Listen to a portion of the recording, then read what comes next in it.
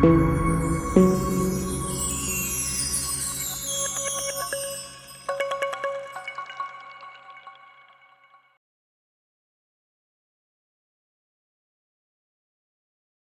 just a little bit about me. Some people know me from the group listening in. I've been around, I don't know, been licensed 2004. My company's called I.D.E.A.L Assets. So we're going to go over my experience and basically the top 10 reasons to invest, the top 10 reasons that I feel to invest in self-storage. How's that? And then kind of a free gift at the end for you guys. If I look off to the side, I'm looking at the monitor because I have cameras on one side and my laptop on the middle. So just I'm not avoiding everybody.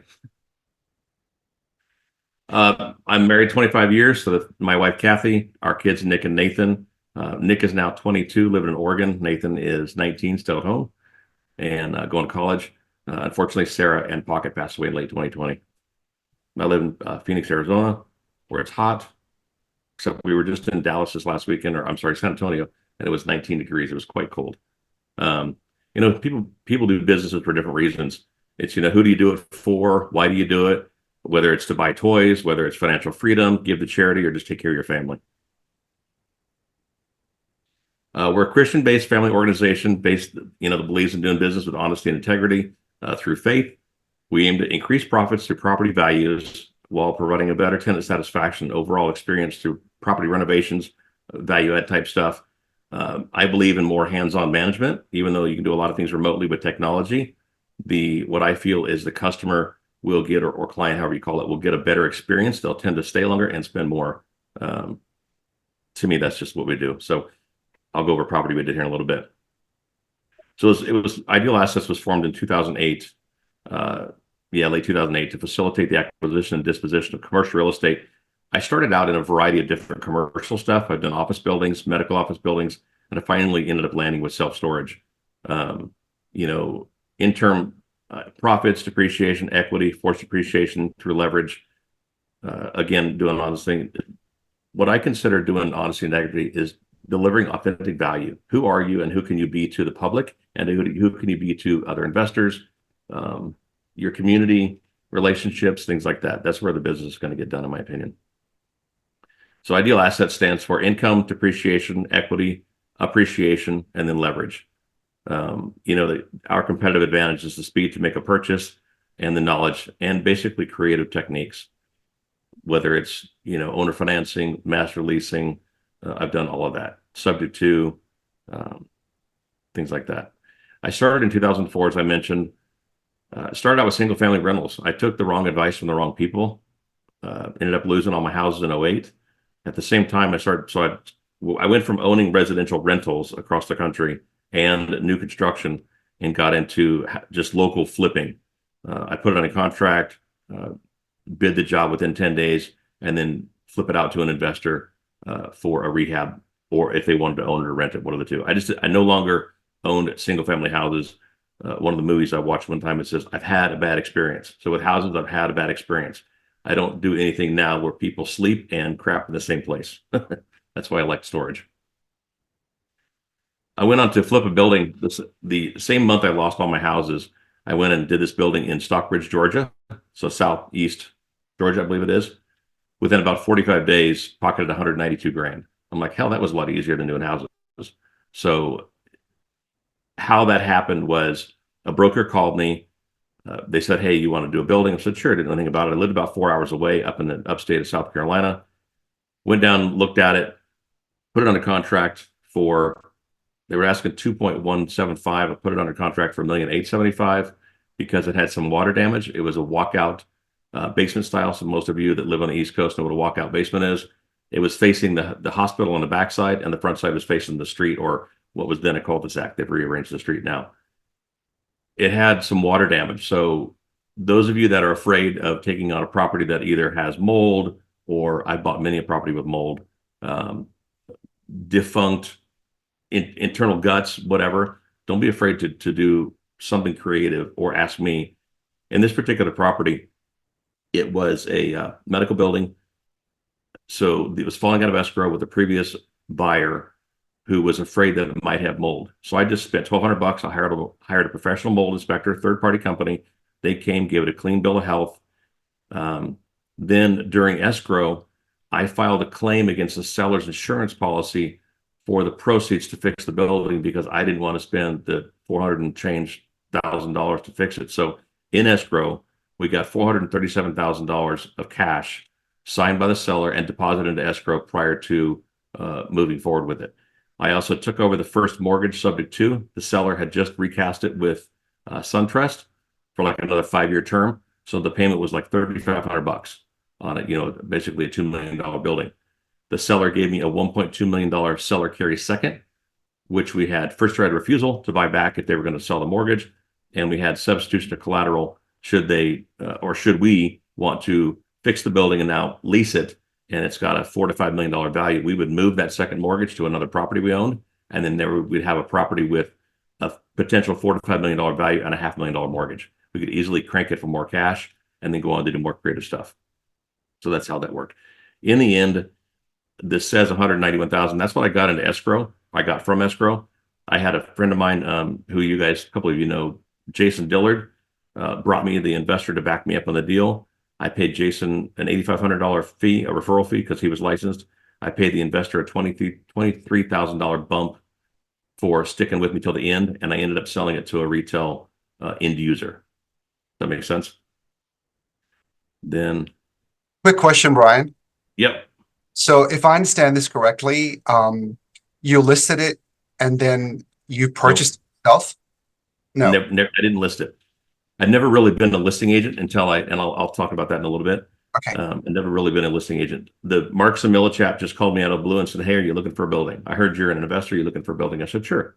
So again, I lived 4 hours away from this. I had never seen it until I went down and put it in a contract. I put it in a contract and then went and looked at it. One of the things I had done early on is spend a lot of time driving and looking at property prior to having it in contract. You spend a lot of miles, a lot of gas, a lot of time randomly looking at stuff that you never get under contract. So as an example, on this one, it was 4.5 hours away from me, give or take, in Atlanta. I lived in upstate Spartanburg, Greenville area. And yes, we didn't go down until we had it under contract. Any other questions on this one? On what I described as far as how we took it over? No. Feel free to interrupt me during the middle. I talk fast, so I'm going to be done early, just letting you know. Brian, quick question. Can you explain what is substitution of collateral mean, and how do you do it? What's the process of doing it? So substitution is collateral is, let's say, so we have the right to move the mortgage. The mortgage, with his second mortgage of $1.2 million with no payments and no interest for 15 months, was secured by this building. Substitution of collateral is, I want to move that mortgage to a piece of land, another building, a friend's property of equal or greater value. So they're still secure. He's already in the second position. I could move him to a first position on something else if I wanted to. But typically, if he's in a second position, he would move to another second position, so a subordinate position.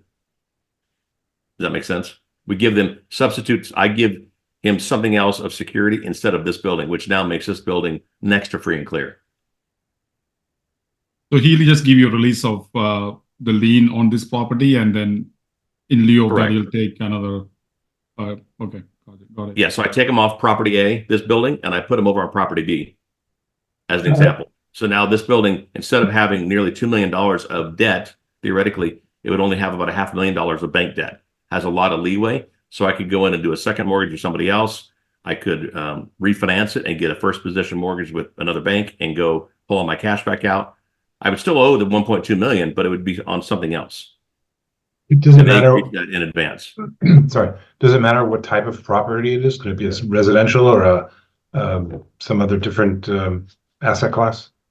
It could be, yeah. So when we wrote up the mortgage, it was I've seen people substitute collateral with personal property, let's say equipment or vehicles or whatever. As long as your seller or whoever your note holder agrees to the type of collateral that you're putting up. Could be a shipping container of rum bottles. It could be, you're in the shipping business, and it could be a shipping container of clothing, whatever, cars, anything, as long as it has some sort of monetary value.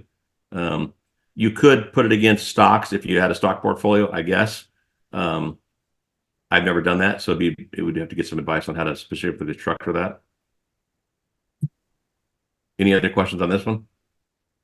I don't know if it's specific to this one, but I am curious. You might have missed it, but from 2008, it sounded like you were doing more residential and then transitioned into commercial. And this was your first commercial flip, I'm guessing.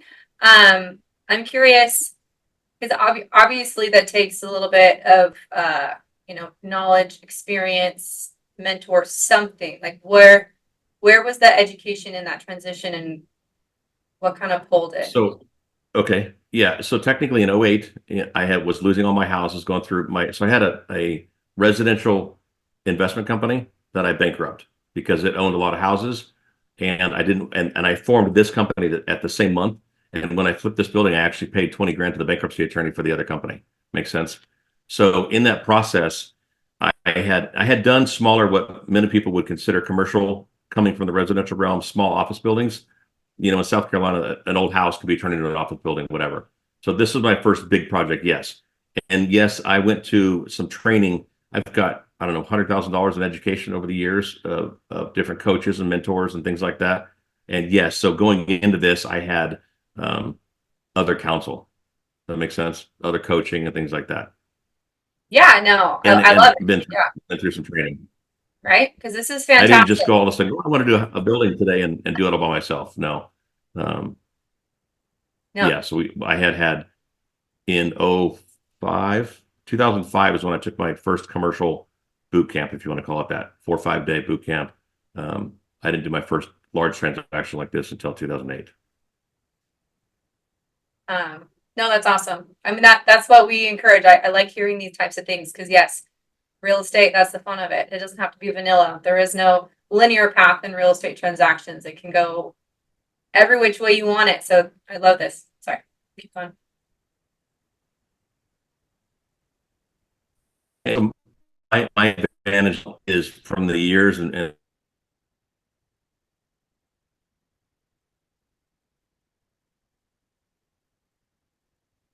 comes in, partnerships comes in, is if you want to go do what you haven't done, you got to find somebody who's done it and or failed at it first.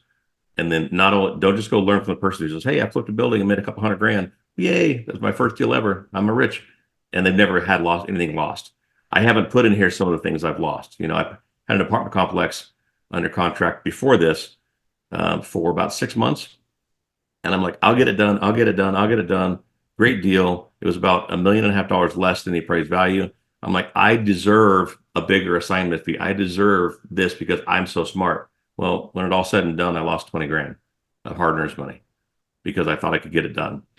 And at the same time, I could have got it done, but I got greedy. I wanted a $500,000 assignment fee because I had thought I had put together so much value.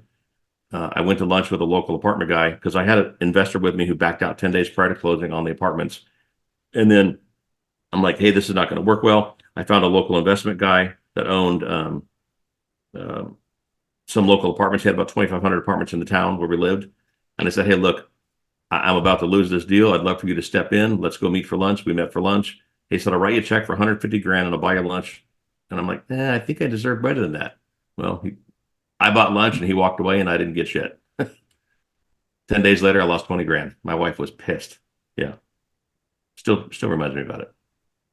So just because someone's gone out and done something doesn't mean it's all good, right? I would want to know from my coach or whoever it is, what have you not done well, right? What have you done and you screwed up on? What have you learned the process? Who have you helped?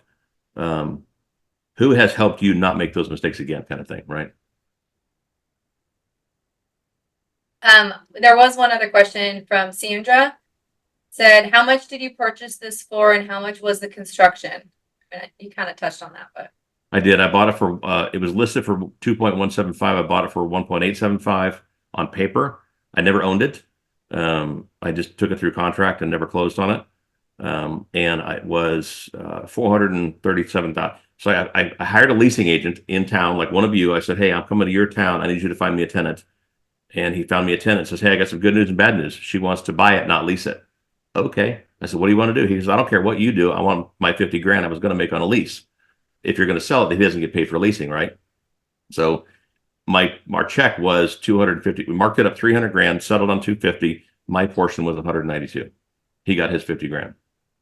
And the gynecologist that bought it was happy because she knew the contractor I had. The money was already in the bank to go do it. All she had to do was just say yes, and she closed 10 days later. So the whole time was between 45 to 60 days on the max. So you assigned the contract to her, right? I assigned the contract to her, yes. Yep. And Hey, I got a question. license. Sorry. I'm sorry, go ahead. No, sorry. Go ahead. You were good. Finish. So, Brian, with just anything, one thing, a quick note. If anybody's, most of us in here are licensed, you got to disclose your license, and you're doing it for a profit. So you can structure the contract properly that it doesn't fall back on you when they say, well, I didn't know. Why didn't you? Because someone asked if I listed it, right? I didn't list it. I bought it from another licensed agent. I was an agent at the time. I'm a broker now. Disclose it. Hey, I'm buying investments for a purpose of making a profit. If I buy it now or if I sell it between contract, that's my prerogative, having contractual control once you're signed on the agreement. Yeah, so Brian, for folks that are new here, I know what it felt like. A lot of this language does not make sense. So when Brian said that he bought it on paper, basically, are you referring to subject to first mortgage in place, and then you got a second mortgage seller carryback? All of that was in a purchase contract. So buying it on paper is meaning I bought I signed the purchase contract. My company, I.D.E.A.L Assets, signed the purchase contract with the listing agent to buy the property. But you never closed. You just signed control. it and walked away with $145,000. Correct. Awesome. Yep. Hey, one more thing before we continue. I'm going to put a link in the chat right now. So click on that link and enter your name. Brian has some free gifts to give away. We'll talk about that at the end, but put your name in there so we can do a drawing to see who the lucky winner is. So that's going to be in the chat. So just click on that link and put your name in there. You only have to enter your name one time. Go ahead, Brian. Yep. So this particular property was good and bad. So I increased the value of it, but somebody else owned it. Getting into the self-storage from the medical building, I needed to know more about the management and operations of it. So I said, hey, I'm licensed. I'll come office there. This was a friend from church, at the time. I'll come office there. I will go out and see if I can find other properties. I will brand it under the branding for Almighty Storage, and we'll go partner together. Things were going well. My daughter was having heart surgery in Charleston. I was at the, I call it the hotel waiting room, the hospital waiting room. We were there for 6 weeks. And I rented these 17 units, and that got me this press release. Like, wow, you rented so many units remotely. We installed the kiosk. Long story said, on this particular property was 290 units, increased the value of it. I loaned the guy my wife's 401k money because I was having the bankruptcy and wanted to put that somewhere. Unfortunately, I loaned it on a promissory note to his LLC without security. Again, not getting proper advice at the right time I needed it. And later on, he said, hey, who are you? I don't have record of, I'm not paying you back. And we had a storage unit where the door spring was not functioning properly and was not really rentable to the general public, and he hadn't fixed the door spring yet. So we had some stuff in there while we were transitioning to my in-laws' house. And he said, I don't have a contract on that. I don't know if you have stuff in there or not. And the door doesn't work, so I can't even open it to see. And so he stole our stuff and took my money. So that was another $50,000 plus mistake I got to quit doing stuff with my wife's money. I put a house in her name in 08 or in 2005 for 350 grand in Florida for new construction. Didn't get finished either. So that took her credit down with mine. But we're still married. We've been together 31 years. So my screen is locked up, apparently. So then I went on and did one in South Carolina. This one came off of a letter I lived in Spartanburg. I mailed letters to North Carolina, South Carolina, and Georgia within about 3 to 4 hour driving distance from where I lived. I picked this place up, 23% occupied, off of a letter. She was being solicited by a retail broker to list it. we come to an agreement where I was the kid with an accent because I talk fast, and she said, "You ain't from around here." And so I brought in a partner who was from the hills of North Carolina, talking about chewing tobacco and bush hogging out in the fields on his farmland. And she said, "Hey, I like you." So we got along just fine. I actually have a video. I'm in the back seat of a Suburban. We're driving the property, and that's when we're closing the deal. She's in the front seat. He's talking to her, spitting his tobacco. I'm like, "This is disgusting." But that's what they got the deal done. She's from Southern Georgia, and it came down to, what do you want to do? And she said, "I just don't want to show up anymore. I'm tired. I've owned it for 20 years. My husband passed away 10 years ago. I had foot surgery 2 years ago. I'm just tired. I don't want to deal with it anymore." So we took it over on a master lease, subject to the debt, with a seller carry second, same kind of terms, and then after we fixed it, it was 23% occupied when I bought it. So after we fixed it and got it running, about a year later, we had already put the kiosk in it. My dad and I built that kiosk frame, and my sister and I, because the office was inside the gate, which I'll never do again. So the kiosk we put at the gate so people could drive up and pay and rent from there without getting access directly. And I didn't have necessarily have to have somebody on site all the time. When a year went by, we had fixed up the property, got the increased up. I put the website together, got some advertising together, did marketing, increased the occupancy, fixed the expenses. They had no computer. They had their site map was a pin cushion thing on the wall, with the different color codes to see which one was leased. They had the old carbon copy 3x5 pieces. I mean, it was a 15-step process to rent a unit manually, either cash or credit or cash or check. So we got rid of that, put everybody on credit cards, started selling property insurance as far as the personal property insurance as well. Got U-Haul there, and basically turned it around. So in a year, she went to church with the appraiser, with the banker, and they're like, "Oh, well, they're screwing you. Now that it's all fixed, you should go take it back and just cancel his lease." I'm like, "Well, that's not going to work so well." So with that being said, having a partner that knows better, we put a note and mortgage, a $750,000 note and mortgage as collateral against my master lease. We said, "Fine, cancel my master lease and write us a check for $750,000. We'll be glad to walk away." Well, we knew she didn't have the money, so she agreed to extend the lease again. And then we had it for 5 years. In year 3, 2 or 3, she wanted to get paid off on her second mortgage. When I took it over, she had 7 years left on the first mortgage. So we rode her second mortgage consecutive with that mortgage. So it was a total of 7 years total I would have had to pay it off or refinanced. And well, she wanted to get paid off early. So we said, "Here's how I can pay you, not how much I can pay you." So we shorted the second mortgage about 50 to 60 grand.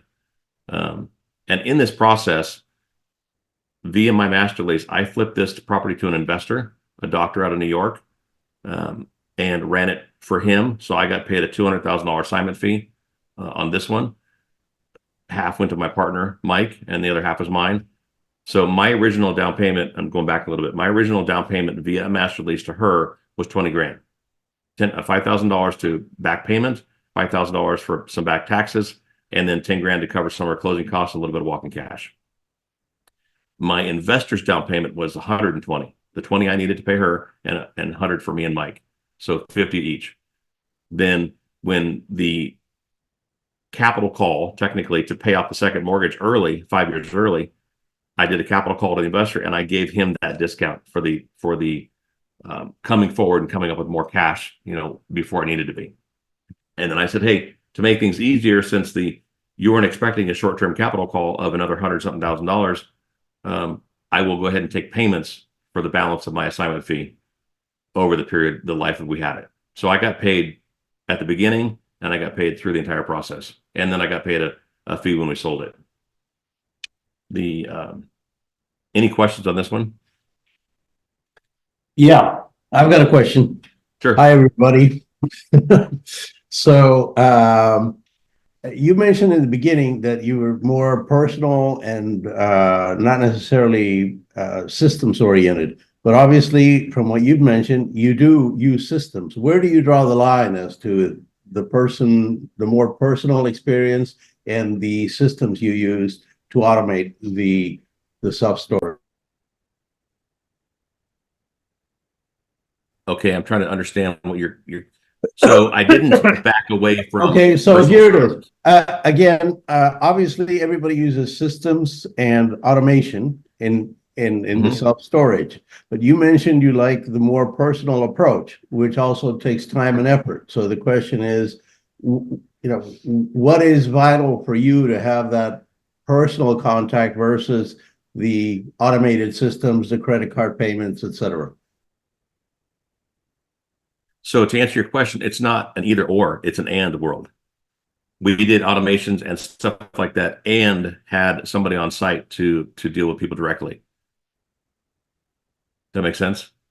It was totally not unmanned or unpersonnel at times. I did for like 2 years. I had people there, but I had what we call boots on the ground. Somebody would come clean the unit, somebody would pick up the trash, somebody would take deposits and or meet somebody specifically. The challenge with storage is that your employees are not always busy, so you're burning labor many hours of the day where they're just sitting around picking their nose, right, or talking with friends on Facebook. So if they're going to be there, they're going to be active, and the bigger the facility, the 300 units is about the size where you want to have somebody, maybe part-time. When you get to the next one, I'm going to show you here in a minute, it requires a full-time staff, in my opinion, and automation, because you still want to be able to pick up. I used to rent, I would say 40% of my payments came through that kiosk or after hours. So it's an and to me.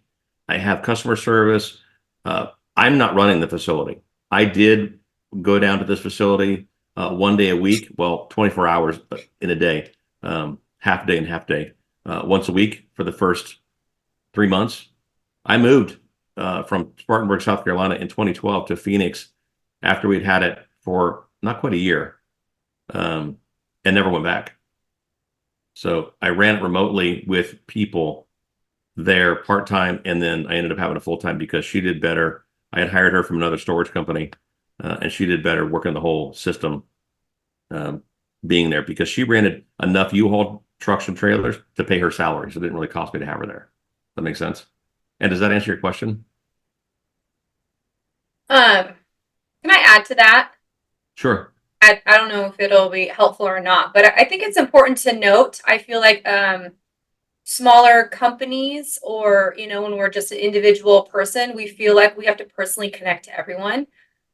So putting systems in place is actually being very personable, because you're providing an organized process for everyone involved. And so there's less stress. They're happier with the process. They're more willing to kind of, go with your company. It helps your employees because then they know what to expect. So for me, as a business, one, you don't want to have to be the person doing everything, because you're going to get burned out, and then your ability to be there and provide the services necessary to make your clients, tenants, employees happy, you won't be able to. So by putting in systems, you are being personable. Like you said, it's an and world.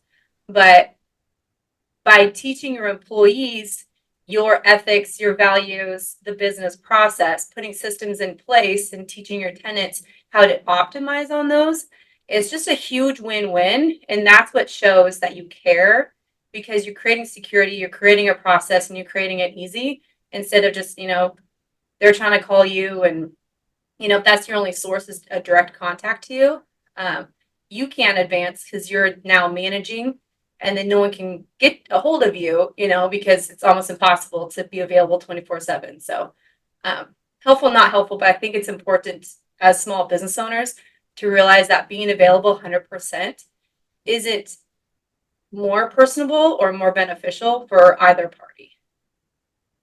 I Okay, agree that's good 100%. insight. And your systems can be your people. Train your people right to treat people right and to be accessible, not abused. You're not calling me at midnight because you can't get in, because that's not my problem, right? What's the old adage is your urgency doesn't equate to my problem, kind of thing. When I was there, I would have elderly customers that say, hey, I don't want to use this. I want to write a check. I said, hey, look, this is how this is going to be. This is better for everybody, like the systems, like the kiosk. I'll teach you how to do it. And if you choose not to, that's your choice. You're more than welcome to move somewhere else. And I'm not being negative to them, but it's like if you're at a restaurant and you're the waiter and the customer's being totally rude to you, they should probably leave, right? They don't have that choice to teach you or to dictate what you're going to do in your business. They just shouldn't be a customer. And you'll find, especially in self-storage, you'll find it's easier to have the conversation up front than it is to be the low price leader and start taking everybody that's just going to dump their eviction trash on you and never pay rent. And or the ones that complain too much, look, go complain somewhere else. There's too many people in town and there's too much business to not have fun and to be nice to people. That's just me. Someone else had a question. There's a couple hands up. Yeah, my name is James Davis. I have a self-storage in College Station, and U-Haul ripped me off. They'd say, "Oh yeah, we can wait on you down 8 miles away, right?" So, and I had a lady working 40 hours a week, twiddling her thumbs. So the next lady that I hired, she runs it totally remote. And Texas Self-Storage Association has everything there. She actually ran my facility from Tel Aviv, Israel, for 9 months. You just got to have somebody mow the grass and somebody do the lock checks and clean them up. That's my opinion. So I did that for 2 years with this one. And yes, you can do both. And whatever I'm talking about is my own personal experience for what it's worth, good or bad. And I've done both.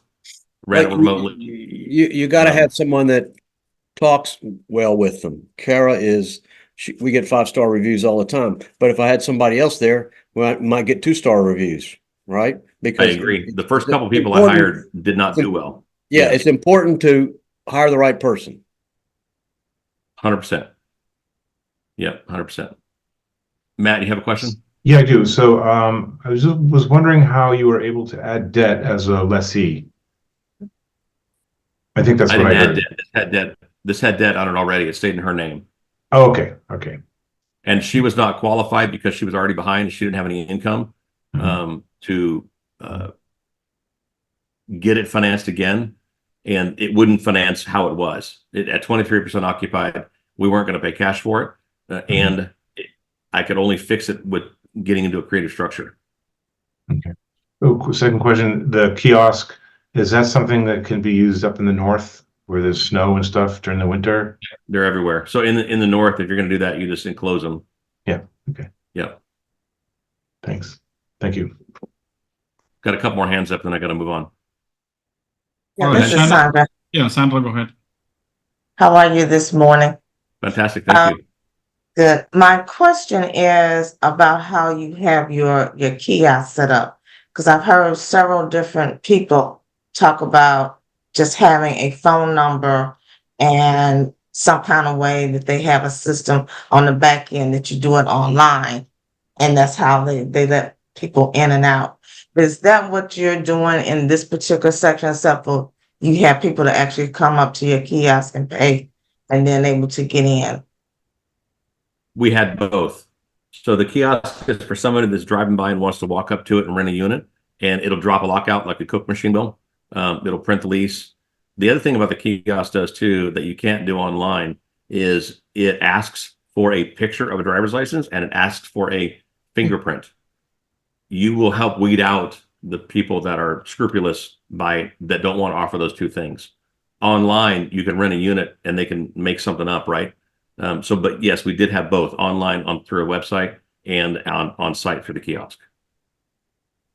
Okay, I hadn't thought about that because the young guy had told me about just having the a phone number because I'm interested in self-storage. And so I'm trying to learn as much as I can about that. Thank you so much. I appreciate it. We had phone numbers as well. Brian, we have Brian, we have a couple of people with their hands up for a while now. So Shanna, go ahead, and then Greg, and go ahead. Maybe if you have time, we'll take Stephen. Otherwise, we'll take it at the end, Stephen. Go ahead, Shanna. Yeah, if you guys don't care if I go over, that's fine. I just want to let you know. Okay. Hi, thank you for being here today. I've also been interested in self-storage. How or what tool do you use to map the areas to determine potential areas to acquire or improve a retail space with a new self-storage facility? There's a company called StoreTrack or Radius Plus. Both of them are paid subscriptions, and you can get data that way. Thanks. They'll give rental rates, they'll give absorption, they'll give existing ABC, new and or planning. Something that's What in the were planning those? stages. What were those companies again? Radius Plus or StoreTrack.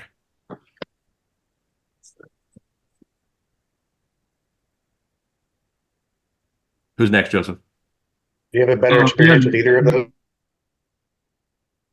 They're both relatively equal as far as the data they collect. They both really just scrub the internet for the existing sites. You're not going to find the off-market. You're not going to find properties mom and pop that don't have a website. They're not going to be in that system, but that's the advantage to go find a place that's not oversaturated, or even if it is, I'll get into that in a minute on a different facility, and I'll explain that. Go ahead. I think Terrell just put the links in the chat, so thanks, Terrell, and you guys can check it out. I think the next was Greg, and then if you have time, Brian, then Stephen. Go ahead, Greg. Thanks, Joseph. Thank you for having me here. Thanks for Cedric for inviting me. Great last minute. And Brian, thank you for this presentation. Yeah, my name is Greg Dion with GOB Network Fund, CRE, private equity fund. And we're looking to bring in self-storage as well as industrial into our platform for our investors. And so how do you handle evictions remotely? How does that process work? So I'll get to that in a minute, but just to be real quick, there's not evictions in self-storage. It's a personal property auction. So I'm not evicting any person. I'm only selling the stuff in the unit. And you can do it in person, which is a pain, or you can do them online. You can hire just about anybody to do anything in the business. You can hire an auction company, to do it on site and pay them a fee. You can do it online, which gets much more exposure. You can hire basically a collections company to make your phone calls. They send out texts, they send out letters. Everybody to follow, there's a lien law you have to follow. And as long as you follow the lien law, you cannot just open a unit and go, I see a good unit, I want to pick through it and pick all the stuff I want out of it and sell the rest. You sell the entire unit. You can't go through it. And each state has its own different lien laws. You just got to follow the law or you'll get sued. Terrific. Thank you, Brian. Sure. One last question, Brian, before we move on. Stephen, do you want to ask a question? Yeah, sure. Thank you. What was the term that you used with moving the second lien? What was that term that you used where you were able to move it? Substitution of collateral. Okay, thank you. I'm going to give you this one in exchange for that one, and you're still secured.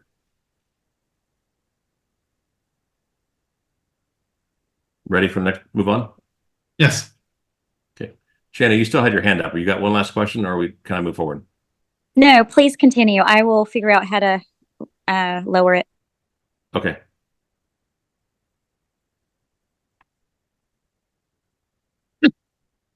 So we had that facility in South Carolina for 5 years. We went into that, from that one into Phoenix, where we designed this one here. I designed it. Again, my partner stayed on board. So I've been licensed since 2004. This was my first ever commission. I took it through zoning, took me about a year to get a special permit, designed it. My investor backed out prior to getting it closed and building it. So we sold it with a site plan in place. He made his $600,000 on the land flip, and I made a $70,000 fee, $75,000, something like that. After this, the challenge is I got sidetracked into general brokerage, in which I know everybody's broker's licensed, so this is my own opinion. I got broker in the process of becoming an agent. I was doing much better owning and designing and working in the storage business. So I got out of it for several years, and now I'm getting back into it. Anyway, so this one's in Phoenix. This is what it looks like. That was the concept, and this is the finished plan. See the awnings here, and see the caps or turrets here. The challenge with zoning is you got to go through the local communities and get everybody's opinion. And those people that are on a HOA board for the community or something of that nature oftentimes have an opinion not based in reality. So when I went in front of the neighborhood board for my preliminary pre-zoning, not the city. We designed it how the city says, here's the rules. We did it according to the rules. And then the neighborhood says, well, I think you need to do something different. We had a few people in the neighborhood that said we needed more bling on our property. And with the developer and my architect, we're like, I don't understand what the word bling is, so please explain it to us. It is, well, it needs to be different, and we don't like what you've done. And if you want our approval, you're going to have to make something different. So these awnings that don't do anything other than decoration, it looks good. And the caps over here is a consideration for our bling. And this is how, I don't know why it does that. This is how it turned out. It's all glass on the front. This is the front building. You can drive in down here. I designed it as what I consider a better mousetrap. So I had 3 facilities to the east and 3 facilities to the west. CubeSmart even says, why are you building there? It's not going to work very well. We don't want to manage it for you. It got built to my design. It is beyond successful. Has a tax value. It was built for about $7.5 million. Has a tax value of 15.5, and it's got a street value between 18 to 22 million, depending on the market and how it's put together. My goal now is to go find other locations throughout the country and then go plop this design. You know, you can shrink it, you can make it bigger, whatever. It's about 100,000 square feet. They added, and it was 688 units. When I sold it to the people, he flipped it again to somebody else, and that guy built it to my design. They added another building, so it's now pushing 121,000 square feet total. It's on a flag lot. So this building up front with all the glass is 85 feet facing the street. So you have no reason not to know that it's storage on the street when you're driving past it. Plus, at the driveway up here, I have a full ingress egress, so I can get a semi truck in it, a van lines, anything like that can get in it. Down on the left corner here, you'll see these parking spaces. Unfortunately, Phoenix had a code that says you need to have so many parking spaces per unit count. We're like, we'll never have 25 or 30 people moving in at one time at any one given day. However, that was the code. So we have a whole lot of extra parking spaces that cannot be used for storage. They're just for the general public to come park in. Unfortunately, that was one of the last things. We had to wait while they did their own. The city was doing an internal review and did a variance on whether or not the place had to have an apartment. I don't do apartments. I don't want anybody living on site. I don't want to have to evict anybody. And I don't want somebody living there that all of a sudden can change my business model by talking to the clients one-on-one, right? Versus an employee you can lock out the next day. So we went through about a 6-week timeline in that year process to not have an apartment. The other thing was they wanted us to, I don't have an aerial view. They wanted us to build a wall. So this property is set up as a fortress style. All my buildings were put to the property line and act as the perimeter of the property. So I didn't have an inside, then have an external fence. They wanted us to build a wall, which is about $250,000 because this long side of the property over here in the right corner is about 800 feet long, give or take. And there was a really rundown trailer park next door. And then all of a sudden there's $300,000 to $500,000 houses between that. So there's a lot of challenges that you can go through the development phase. You just got to hire the right people, the right team. I hired the construction management. They brought the architect brought the engineer. And then I went out independently and interviewed builders and hired the AAA builders, David Pena, that builds all public storage for all of Arizona. So I knew I was going to get it done. I didn't go with the hometown builder that can save me $500,000. I just wanted it done right and done professionally, on time and on budget. So even though it's going to cost a little bit more sometimes to hire the people. Go ahead. Who's got a question? Sorry, that was me sneezing. Excuse me. And I think we have Jeanette with the hands up. Oh, Jeanette. Yeah. Hi, Jeanette, Southern California. I just wanted to find out, I might have been skipped out to hear this, but how do you figure out the price per unit when you're looking at purchasing self-storage? Really, it's not really a price per unit. That is a calculation. I go off a price per square foot. I know that I can go build it for about $85 a square foot, depending on the market price and the land.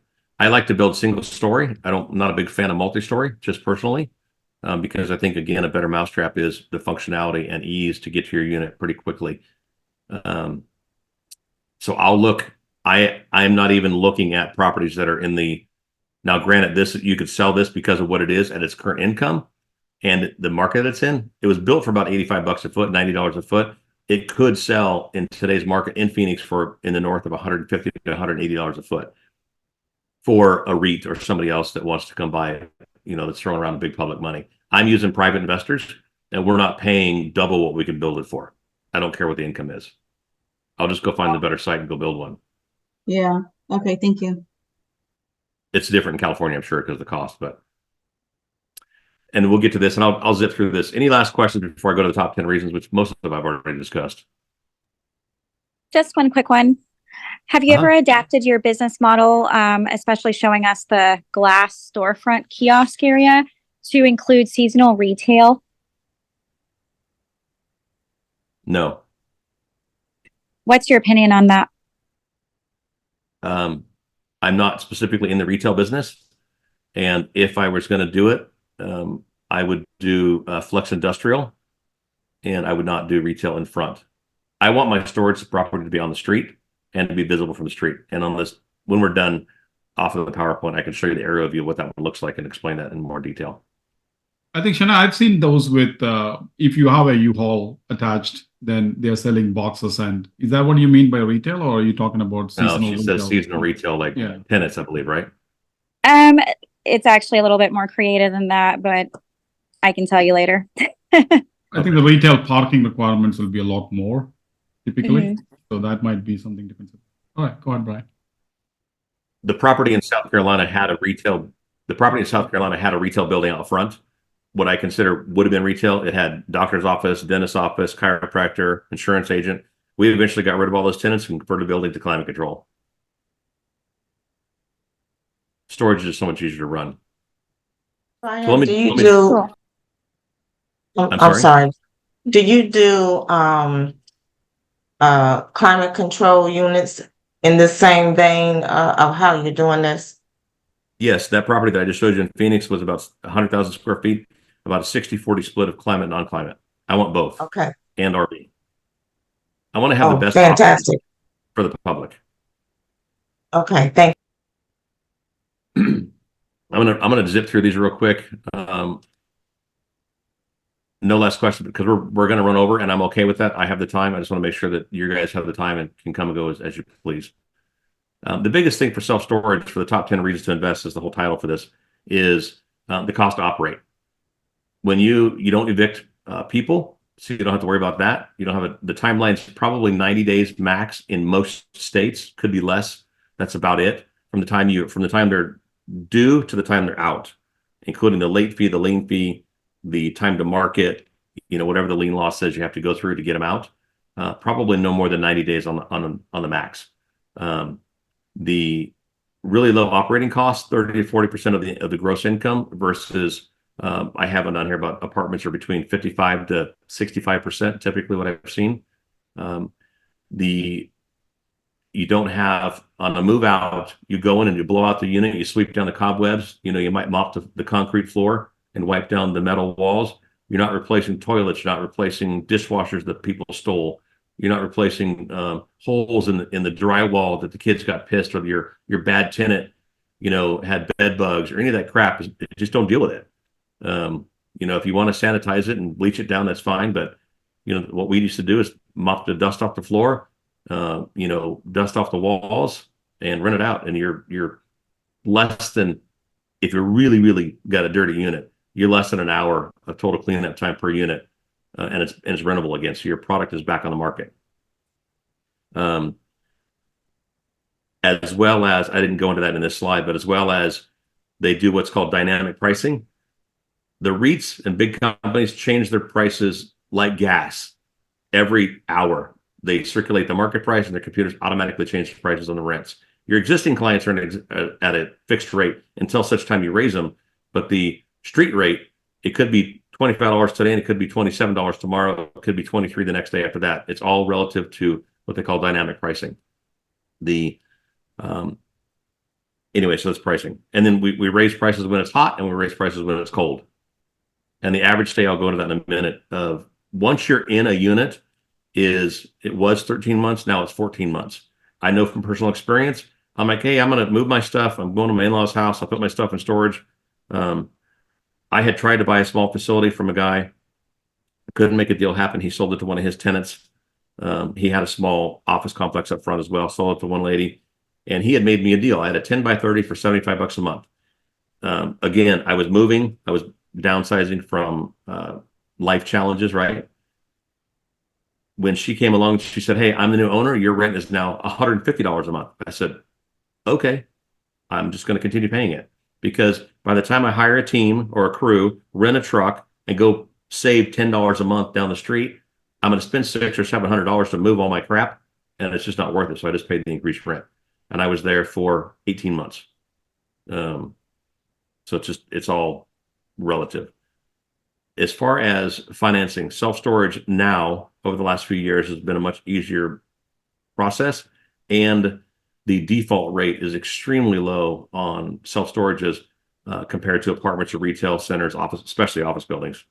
And most banks really love lending on self-storage because they know the ease of running it. Where am I? Someone asked about retail centers. Some people can have retail centers up front that sell locks and boxes, things like that. It all depends on if you want to have a staffed site or non-staffed site. Truck rentals, I understand U-Haul can be a pain at some point in time. I had a bad experience prior to having the right person, like the gentleman mentioned.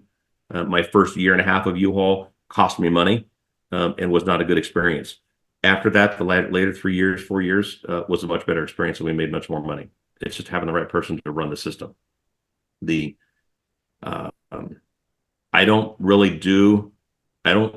see people have them. I'm not big on the added eBay stations, or some people have mailboxes, like a mailbox, etc., or a UPS store. That to me is just more to manage. I'd rather just stick to the functional basics of the self-storage facility and or truck rentals to get people in there. The very little rent loss because of the ability to lock out, we covered this earlier, and the lien laws, is you can get people out of there pretty quickly, and again, put your product back on the marketplace for rent. Relatively recession resistance. People move when they're moving up, and people move when they're moving down. You know, we buy too much stuff when we have money, and we put it in storage. And when we're going broke and living at the in-laws house, then you save your stuff and put it in storage. So I mean, it's a coming and going type business, and that's what it makes sleep. It's not totally inflation proof, and it's not totally recession proof. You have to learn how to market it properly and not over leverage your property where you're too high on debt. The biggest thing that kills people in storage, as with any real estate, is if you're too over leveraged. I have a friend that says you're either 100% leveraged, where the bank has to be your partner if you're using bank financing, or you're 0% leveraged because they can't touch you. If there's a 50% leverage or 60%, they have a tendency to want to come after that remaining proposed equity. Or in the case now where people have loans that might be coming due, or they did it on the pretense that they only made a profit if they sold it, and now they can't sell it for what they thought they could at a 5 cap or 3 cap or whatever, their value is, let's say the value was 5 million on an exit, and now the value is 3 million because the market has changed or your new rate has changed. So people are going to be coming into debt situations where we could potentially buy the debt, inject cash to lower the debt ratio and therefore increasing the debt to income ratio, or what the DCR, debt coverage ratio. So that's on that one. The much higher cash flow, again, due to the lower expenses. The challenge you'll have in a lot of now, and this is over the last 18 months, 24 months, is insurance rates have gone through the roof, especially in coastal climates, Louisiana, Florida, any area that you're going to get flooding, or you're going to get a lot of natural disaster wind type things, is going to create an issue. I'm just going to quickly move on here real quick. Come on. We covered this earlier. The average stay is 14 months. People just buy stuff, and you're only evicting stuff. You know, the lawn chair doesn't care about the lawnmower, right? Making too much noise, and vice versa.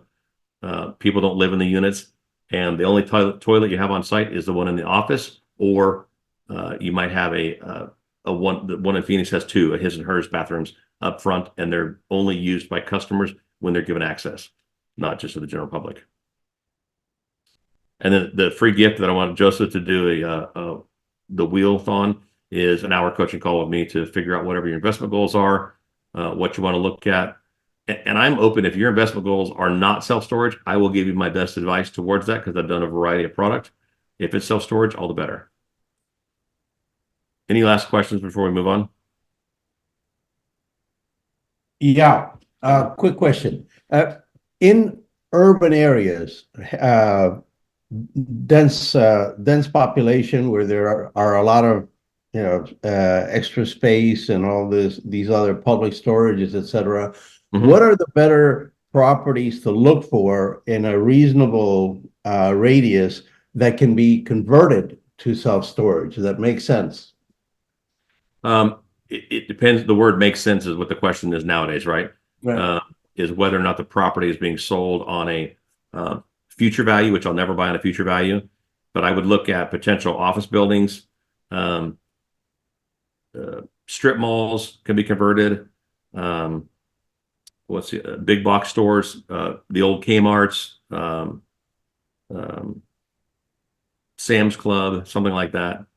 If you can find something of those on a big enough lot and a big enough building. I would not personally do anything under 50,000 square feet. You just can't get enough units inside without going 2 stories to make it pencil really well, in my opinion. Thank you. Awesome. Before we move on, last call to enter your name. So I'm going to put that link in the chat. So don't put your name in the chat itself. Click on the link and enter your contact information so we can add you to the for the drawing that Brian is giving. So I'm going to put that right now. So go ahead, Brian. Brian, I have a question. I missed number 2. What was the second reason? Yeah, as Brian's doing that, Increased demand. the first 2. Let's go ahead. Yeah, Leon and Greg are the last 2. And we are at 11 o'clock. So we do still want to do networking. Anyone who wants to stay on, you might pop in a room with Brian. And I do also want to say self-storage is a fantastic asset, but like any asset, it's how do we find the deals, the acquisitions, the transition to operations, multiple financing, like these can all be multiple topics that we can discuss because they all have specifics to them. So this has been great, but let us know because we can break down self-storage just like any other asset in all of these categories to really highlight. We just want to make sure that we're providing what you guys are going to actually implement in your companies. So this is just a strong overview. So just keep us posted on that because I know some of the questions have been deeper, and those are definitely a topic all in its own. So. And I'll make one quick question because I just want to answer this for somebody else. You asked about whether or not to be in a predominant market. I'll call that a major metro area. I don't really want to play in that market because I don't want to go against the people that have billions of dollars to throw away of public money. I want to be the best mousetrap in a C+, B- market, not down in the C and D where you're out in the country in the cornfield. And I don't want to be one of 25 other REITs in town.